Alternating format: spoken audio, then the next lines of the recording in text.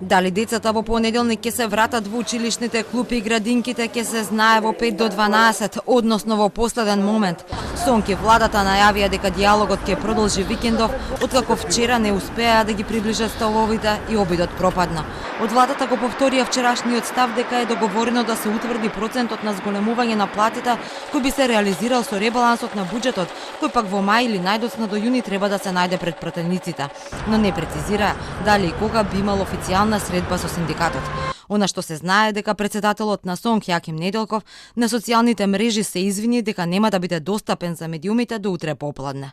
Во меѓувреме пак министерот за финансии Бесими во колумна напиша дека во време на криза зголемувањето на платите може да ја разгори инфлацијата, но порача дека решение мора да се најде. Треба да е јасно дека зголемувањето на основните плати на наставниците за околу 90% или неарно зголемување на платите за скоро 20% во градинките, што повлекува барања за покачување на платите во останатиот јавен сектор, во овие околности значи разгорување на инфлаторната спирала. Во економската теорија, секое зголемување на плати без притоа да нема зголемена продуктивност ќе предизвика инфлаторни притисоци, кое во услови на инфлација може да ја подгрева дополнително инфлацијата. Од СДСМ пак и денеска со апел наставниците да се вратат на работа, а дијалогот да продолжи.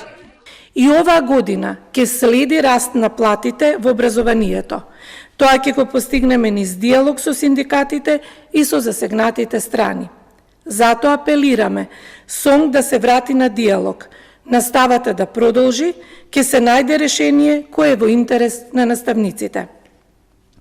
Да не дозволиме наставата да се пролонгира и со тоа да се загрозат уписите, државната матура, како и полагањето на стручен испит на 500 наставници. Опозицијската ВМРО ДПМН пак графитите на фасадите на образовните објекти ги оквалификува како закани и притисоци кон штрајкувачите, ја повика на реакција меѓународната заедница.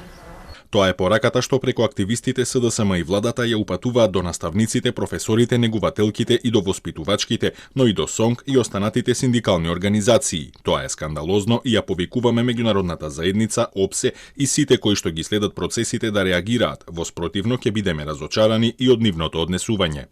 Просветните работници штрajkуваат веќе една недела, бараат зголемување на останатите плати согласно растот на минималецот, а поголем дел од децата воопшто не одеа во градинките и училиштата цела измината недела.